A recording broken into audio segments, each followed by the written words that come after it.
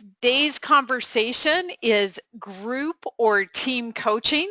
A few of you I'm recognizing have gone through, for example, our Master Coach program, and that's part of what we do there. Several of you are looking for new ideas, application, etc. So I want to invite you as we go through to either raise your hand, and I can unmute you individually. You can come on live and ask questions, or alternatively, feel free to type in a question in the question panel. And to answer something I'm already being asked, yes, you will have access to this information again later. What we do is load it in our YouTube channel, and I will email everybody that registered a link to the recording on the YouTube so that you can go back and check it out again. All right, let's dive in. We have a fast 30 minutes today, so it's going to be a quick conversation. We want to make sure we get some good information out. Our agenda, first off, to bring up that question, when does group or team coaching make sense? How is it different from facilitation or training? We will talk tip and techniques for results, and then, of course, resources for you. So first off, when does group or team coaching make sense?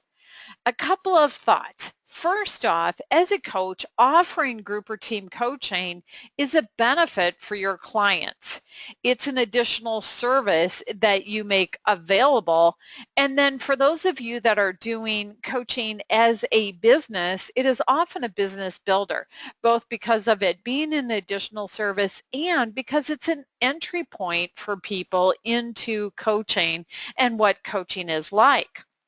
So ultimately, it makes sense when you are interested in increasing team and individual results, when you want to support achievement of goals and objectives, and to enhance engagement and productivity. So let's look at some information. First off, the impact of coaching improves relationships. And we know that about coaching. Think about this in terms of a group or team. What's happening in that group or team? It's going to improve relationships.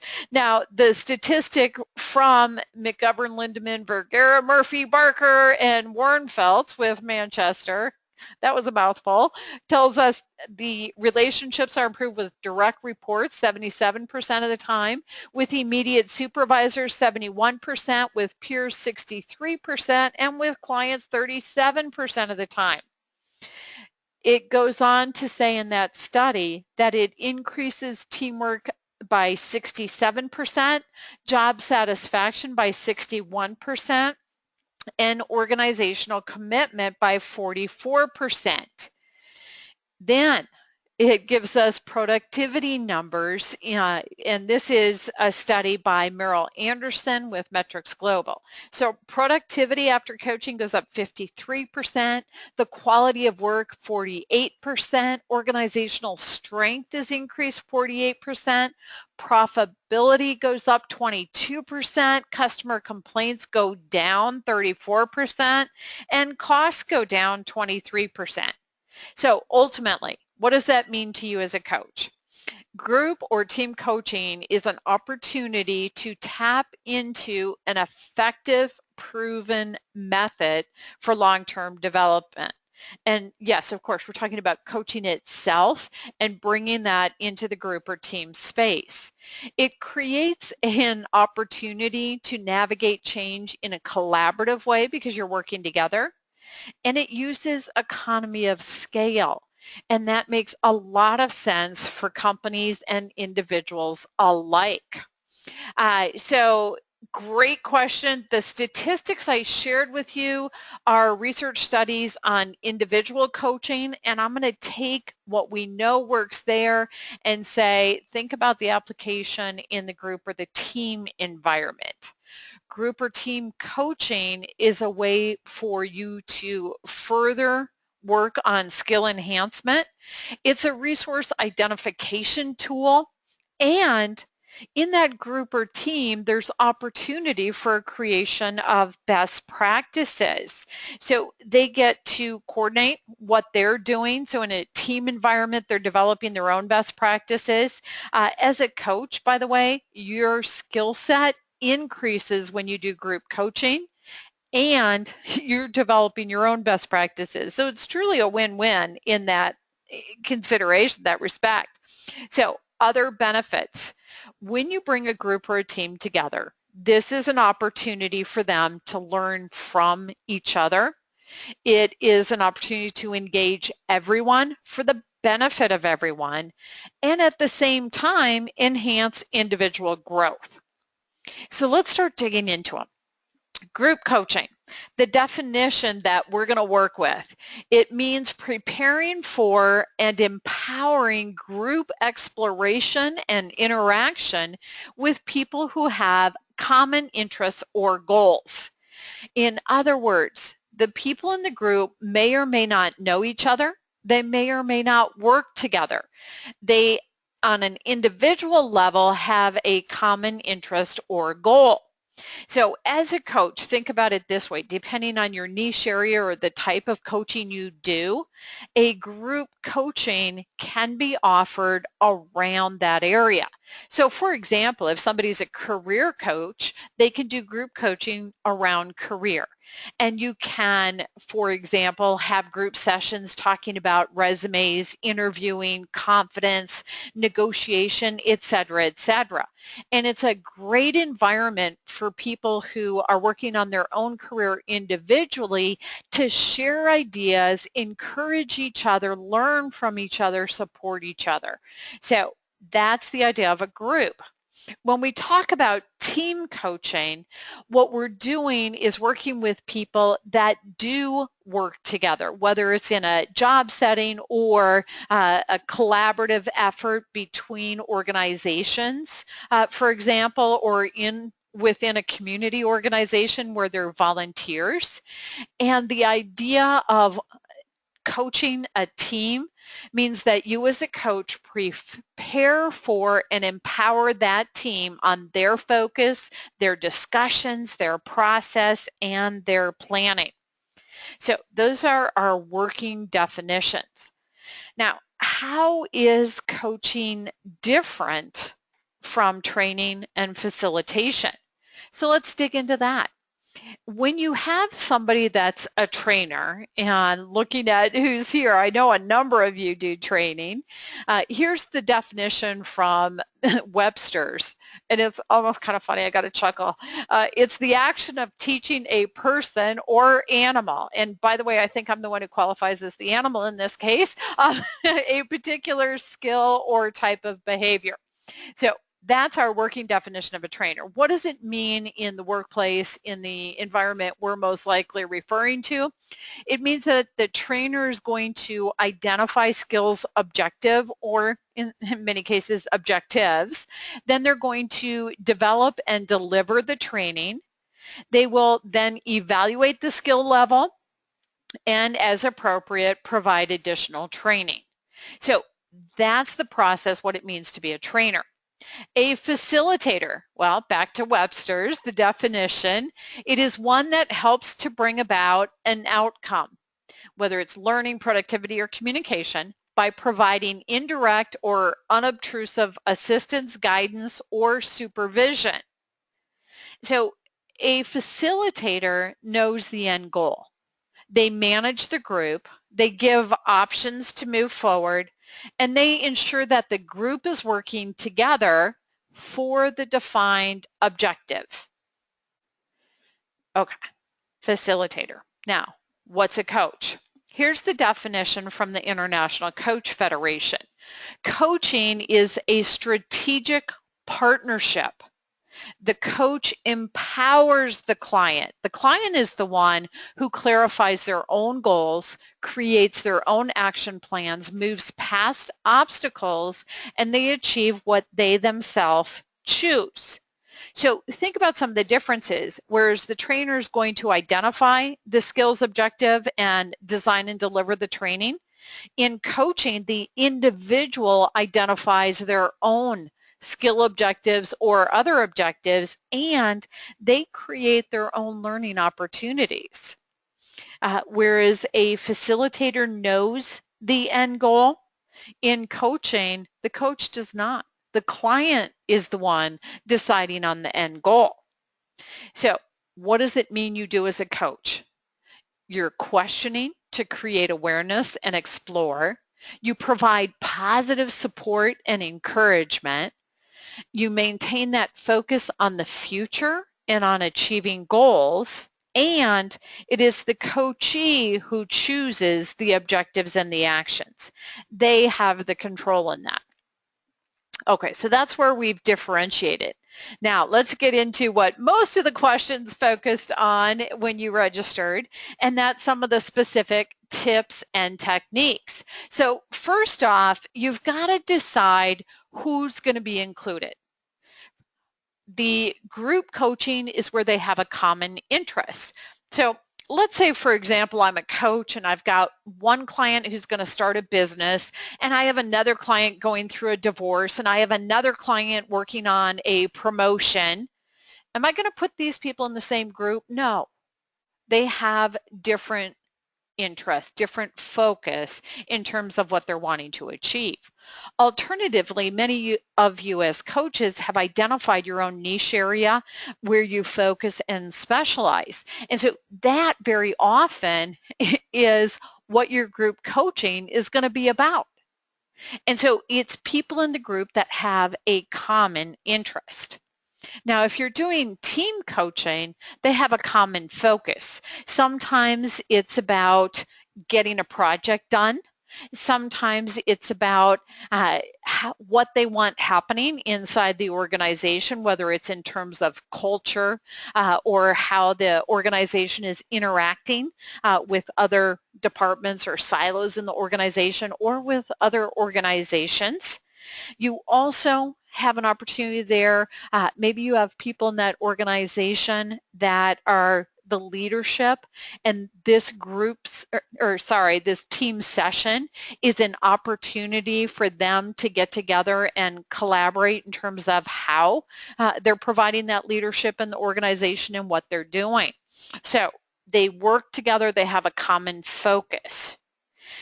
Next to consider in terms of who you're going to include is how many people.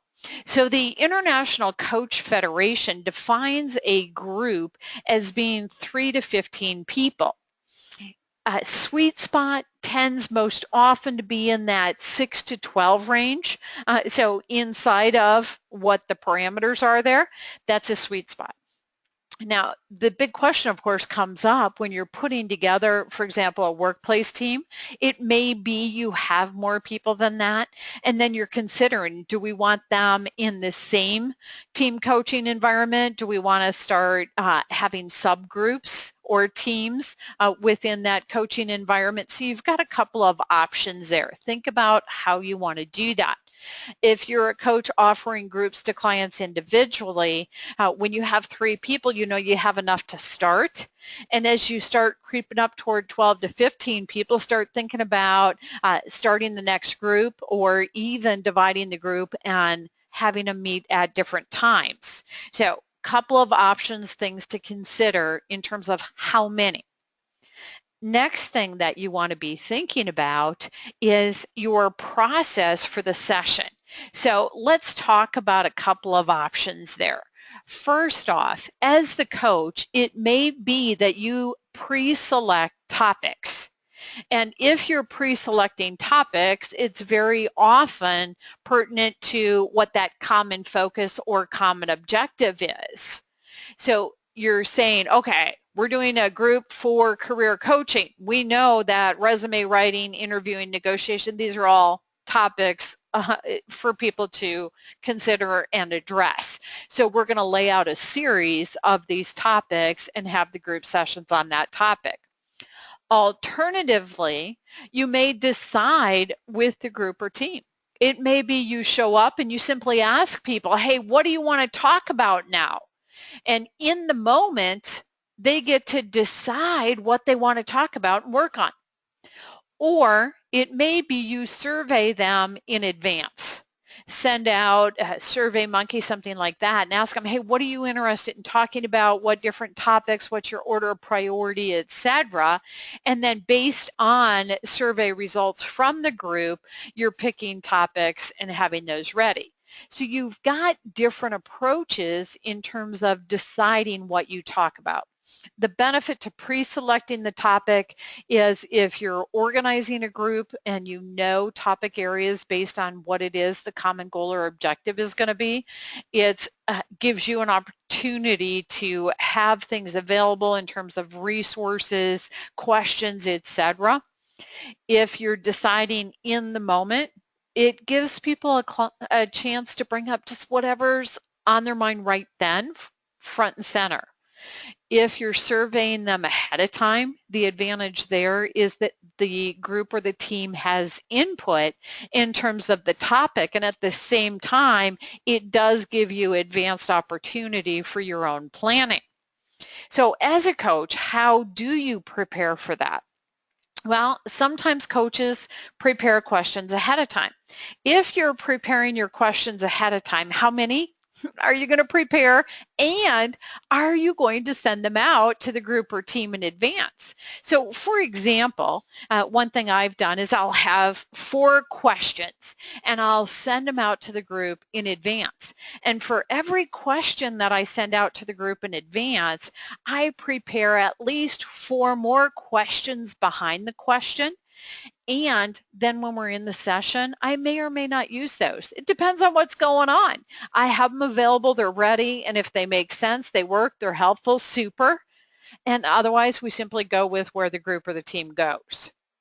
Now, I have also seen coaches start a group or team session with 10 or 15 minutes of presentation or training. They're providing particular content, information, concepts, whatever, and then they literally say, okay, that's the end of the presentation slide. Now we're going to shift gears and move into the coaching mode, and they start asking questions, and it really moves into that true coaching where you're asking questions, rephrasing answers, asking follow-up questions, etc. So how much you prepare ahead of time, pros and cons. It's nice for a lot of people to be prepared to know what the questions are, both on the coach side and the client side. And it's also nice to truly dance in the moment and go wherever it takes you as far as the conversation. And of course, you could do something in between in that regard, where you have some prep and the rest of it's in the moment. Okay, so I think I'm okay continuing forward. I'm watching that question panel, and I'm watching to see if anybody raises a hand. So if you do have questions, let me know. In the meantime, oh, we did get one. So love it, thank you. And I think it's going to pertain to here. It says, when you are setting up group coaching, have you ever included the option of 1 or 2 individual coaching sessions as part of the group coaching package? And how has that worked, and what benefits did you see? I love it. That's a great question. Yes, we do that. So I'll give you an example. One thing I do is mentor coaching, and we do this a lot in that environment where we have one person in the group coach the other person in the group. And that's because everybody in the group is working on coaching skills. So that's one example. We also see that we've done some workplace programs where we're training. For example, we had one organization where we trained a number of people, and they did coaching, and they wanted a chance to practice that coaching and get feedback on it. And so we've done that as well. It's a fabulous environment if people are up for it. So here's the key to that. When you're asking someone else to be the coach in a mini coaching, you want them comfortable and confident enough to do that in front of a group. Now let me take that a different direction. If you're the coach, it may be that you do a mini coaching within the group session where one person has a particular challenge, and you as the coach them, and everybody else is observing, and ideally you're creating an opportunity for additional feedback or input. If you're doing that, it's ensuring that the individual you're coaching in that mini coaching session is comfortable doing that in front of the group. So know who is in your group or in your team, know their comfort level with being on stage so to speak. When people are comfortable with that and confident in that process, yes, it's a very powerful process.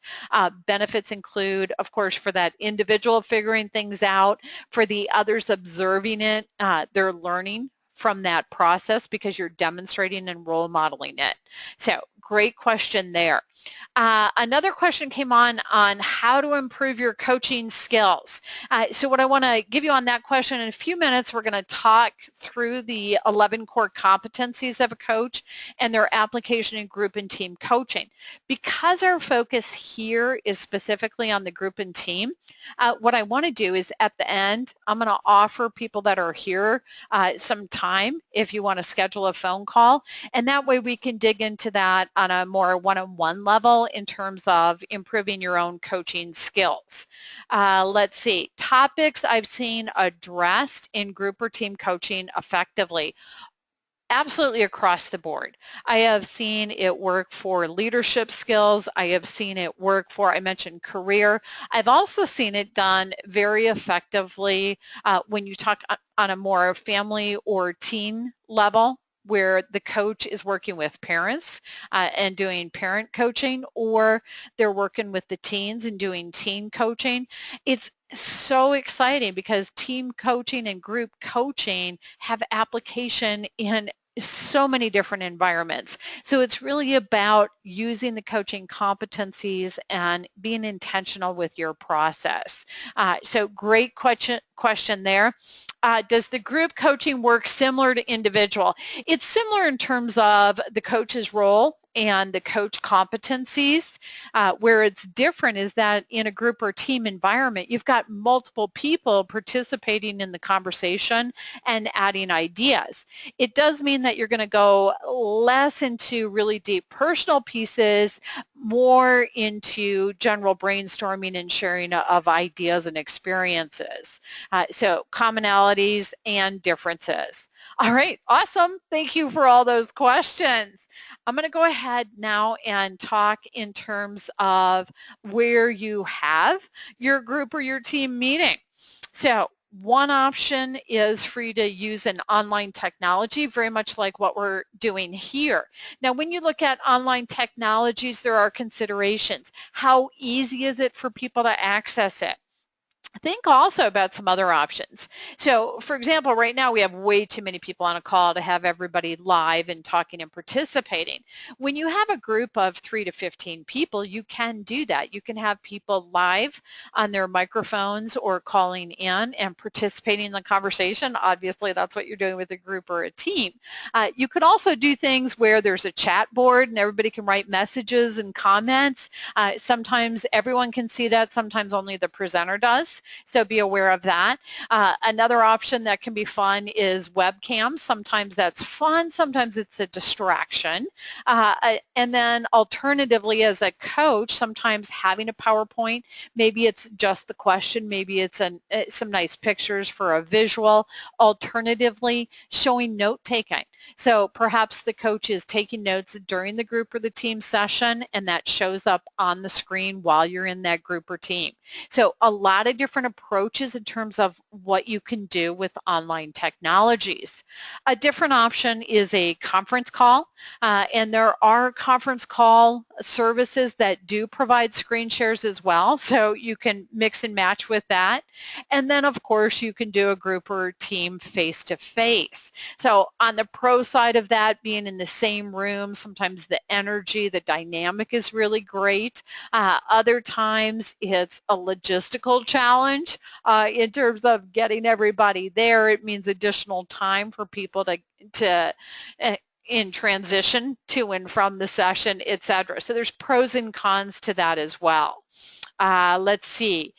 Next question. Let's say you have group coaching with 7 coaching sessions and also offer the option of adding to that package with 2 to 3 individual sessions. Yes, love that option. And that's back to at the beginning, this is a great business builder. So you say, okay, you can sign up for group coaching and you can add individual sessions, whether it's 2 or 3 or open-ended or whatever number you have, and doing it as a package for your coaching services. So yes, great idea. I hope that's answering the question. I do see a lot of coaches do it and do it effectively. Awesome. All right. I'm going to move now into additional tips and techniques. So of course, as a coach, one thing you're doing is managing time. A lot of people look at group sessions and plan for them to be 60 minutes. Others look at it and they make them 90 minutes. And what you want to do is make sure as you're going through your conversation that you're aware of the time and that you're wrapping up effectively as you move toward the end of that. Another consideration is the competencies. So back to that earlier question, what are the coaching competencies? And let's think about how that applies in a group or team. So the 11 competencies. First one talks about meeting ethical standards and guidelines, and a piece of that is confidentiality. That can present a challenge in the group or team environment because as a coach, you're committed to that confidentiality. You can ask for that commitment from everybody in the group or team. Ultimately, do you control that? And so that can be a challenge. Do know that when you have a group or a team, especially initially as people are getting to know each other, they will filter themselves in that conversation as far as how much personal information they're going to provide. And then when they're more comfortable, that will grow and expand over time. Think also about having an agreement and addressing specifically the client choice in terms of what's going to happen. Now, when you do a group or a team coaching, yes, it's a different agreement that the whole group is signing off on, and you're asking for that. So it's them committing to the group and with the coach in terms of how this relationship is going to work, etc. You want to think about your competency of trust and intimacy and creating that. That means you as the coach are setting up the environment so that it is safe and open for people. Your competency of presence, where you're truly dancing in the moment. So we talked about preparing in advance versus being wide open and somewhere in between. Whatever level of preparation you do, be ready to dance in the moment and adjust based on what it is for the participants, for the coachees. Your competency of listening calls on you as a coach to listen with intention and to rephrase. The rephrasing helps the individual who said it with their clarity, and it helps everyone else in the group and the team with clarity around what's being said. As a coach, your questions are short, simple, and open. And I know you learned that in coach training, so very, very important. Your communication is clear and direct. That means you're to the point and respectful. You're creating awareness through the exploration, the fact that you're listening and asking those questions, rephrasing, asking follow-up questions, and dancing in the moment with people really is that opportunity for creating awareness. In terms of designing actions, you're empowering ownership by having each individual design their actions. You empower engagement in the coaching relationship and process with the planning and goal setting. Hey, how are we making this work for everybody here, and how are you moving forward? And then, of course, as coach, you are an accountability partner in a group or a team environment. It's asking the group or team, hey, what do you all want to do with accountability? I've seen groups decide, hey, at the end of our group or team session, we're going to have each person say what action they commit to. And then when we start the next group or team session, we're going to have each person give an update on how they're doing with their action step. You want to acknowledge the progress and success along the way as well. So that's your competencies, definitely applicable in your group or team coaching as well. All right, We got about 1 minute left. So very quickly, resources and then how you can access time. So first off, the International Coach Federation, Center for Coaching Certification, and Center for Coaching Solutions are the resources I'm going to highlight. The International Coach Federation is at coachfederation.org. The Center for Coaching Certification.com in terms of coach training and getting yourself certified, trained in the different competencies. The Center for Coaching Solutions, if you are looking for resources in terms of providing a training inside of an organization, accessing multiple coaches, and even if you want to start and run your own coaching program inside of a company. So additional resources, the blog articles that go out every week, the books that are published, the free webinars like this. We are available for a quick check-in if you have a question. And then, of course, we outsource consulting services if you want to start and run a coaching program, training services for training coaches, and then doing the coaching. The blog, link to it there. You've got pictures of the last 5 books that we publish, and then the webinars. All of these are available on the website. As I mentioned, feel free to call or email with quick questions, and if you want outsourcing services, let us know. So I mentioned that I'm going to give you some time. Here's how that's going to work. After today's conversation, I'll load this on YouTube. I'll send you a link to it. When I send you that link, you can reply to my email and say, yes, I want that 30 minutes. And what I will do is send you a link to my calendar. You can schedule a call for 30 minutes, and that way you can get additional questions addressed. Want to make sure we're taking care of that for you. For yourself, obviously, it's a matter of choosing resources, planning your process, implementing your strategy, and getting the results you want. So we are definitely available. Here's our phone number, our email address, and then again, the website for the Center for Coaching Solutions. Thank you, everyone, for your time and your participation. Loving the questions. We are complete in terms of our time. Happy to hang around if anyone's got any additional questions. And in the meantime, I'm getting the thanks in the question panel, so thank you. Glad it was helpful. Good to hear it was a good insight and review for you. So awesome. And I'm getting people saying, you know, good to hear me again. And I got to say, it's so fun to see your names again. So thank you. Appreciate it, everyone, and enjoy the rest of your day and, of course, your weekend. So thank you, everyone.